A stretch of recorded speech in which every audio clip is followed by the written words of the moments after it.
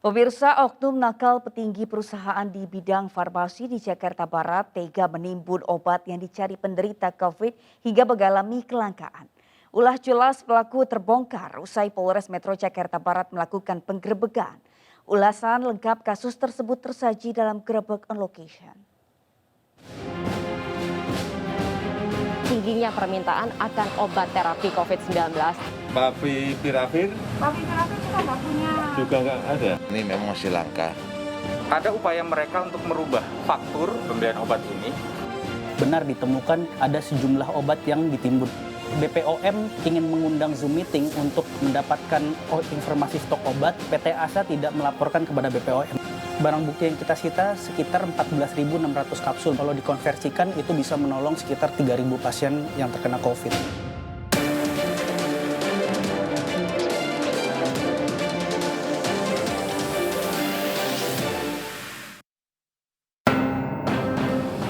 Mau cari obat antivirus yang oseltamivir. Sudah kosong, Pak. Nggak ada. Nggak ada.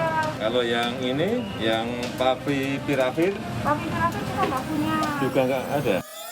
Ini memang masih langka.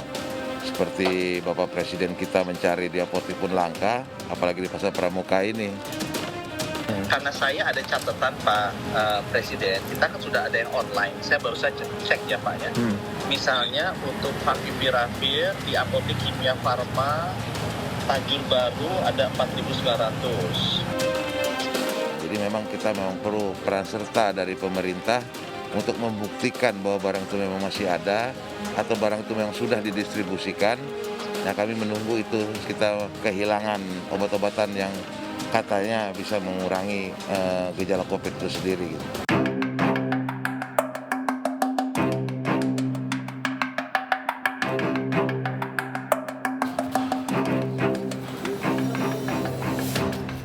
Pemirsa, melonjaknya kasus COVID-19 di Indonesia tentunya dibarengi dengan tingginya permintaan akan obat terapi COVID-19.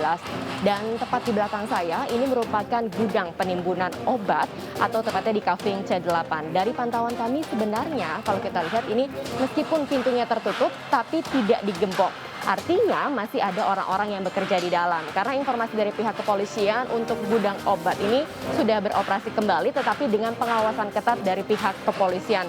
Dan yang menjadi hal yang paling ironis adalah penimbunan obat ini justru dilakukan oleh perusahaan besar farmasi.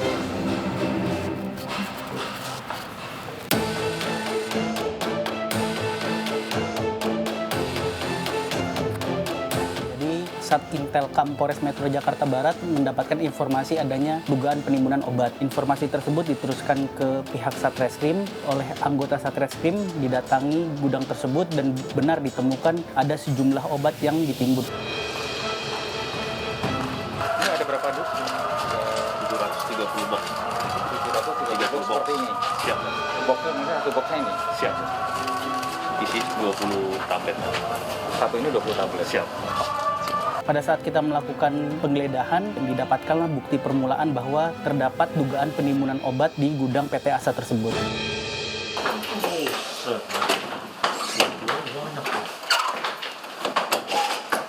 Banyak banget, Pak.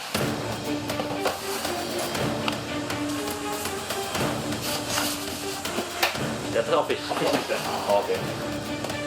Kami menemukan bukti lain dari salah satu apoteker yang menjelaskan bahwa jenis obat azitromisin, jadi obatnya seperti ini. Ya.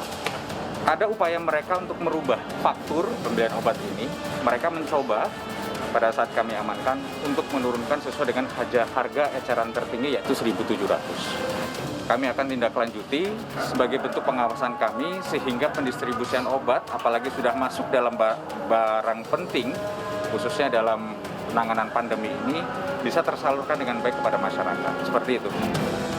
Yang sudah kita tetapkan tersangka melalui mekanisme gelar perkara ada 2 orang tersangka. Yang pertama adalah Saudara Y selaku Direktur PT Atlas dan Saudara S selaku Komisaris PT Atlas dan juga Komisaris di PT Handal. Dulu kan status Pak Yudi saat ini Ada beberapa bukti yang kita dapatkan, salah satunya pada saat BPOM ingin mengundang Zoom meeting untuk mendapatkan informasi stok obat, PT ASA tidak melaporkan kepada BPOM. Apakah benar bahwa pernah yang berupa izin untuk menerima laporan jumlah stok kepada BPOM? Tidak pernah ya?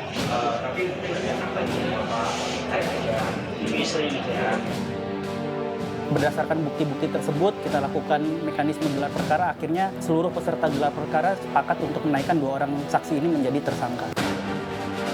Motifnya jelas adalah motif terkait keuntungan, karena pada tanggal 2 Juli, Kementerian Kesehatan telah menetapkan harga eceran tertinggi untuk 11 obat, salah satunya yaitu obat azitromisin yang kita cita sebagai barang bukti. Sudah menandatangani keputusan Menteri Kesehatan Republik Indonesia tentang harga eceran tertinggi obat dalam masa pandemi Coronavirus Disease 2019 ini. Harga eceran tertinggi atau HET ini merupakan harga jual tertinggi obat di apotek, instalasi farmasi, rumah sakit, klinik, dan vaskes yang berlaku di seluruh Indonesia. Harganya adalah sebagai berikut. Akhirnya Dirut PT Atlas dan Komisaris PT Handal itu ingin menimbun obat tersebut sampai harga normal kembali. Barang bukti yang kita sita sekitar 14.600 kapsul. Kalau dikonversikan itu bisa menolong sekitar 3.000 pasien yang terkena COVID. Dulunya memang barangnya tidak laku. Nah jadi rekan-rekan saya di Pramuka ini menyetoknya tidak banyak-banyak. Nah pas waktu bersamaan permintaan meningkat, habis pas kita minta lagi itu sudah kosong dari PBF-nya. Katanya seperti kayak gitu dan tidak memberikan alasan kenapa kosongnya. Pasal yang dipersangkakan yaitu kita menerapkan 3 undang-undang. Yang pertama yaitu Undang-Undang Perdagangan, yang kedua Undang-Undang Perlindungan Konsumen, dan yang ketiga adalah Undang-Undang Penanggulangan Wabah Penyakit Menular dengan ancaman maksimal 5 tahun dan denda maksimal 50 miliar.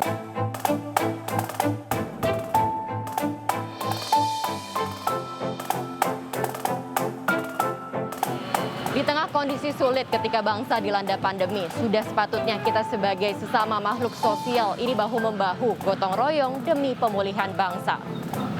Lagi-lagi motif ekonomi menjadi alasan mengapa sejumlah pelaku ataupun oknum ini nekat melakukan tindak pidana. Apa yang dilakukan oleh pihak kepolisian dalam menangani kasus ini tentunya patut kita apresiasi karena berhasil menyelamatkan ribuan nyawa yang terpapar COVID-19.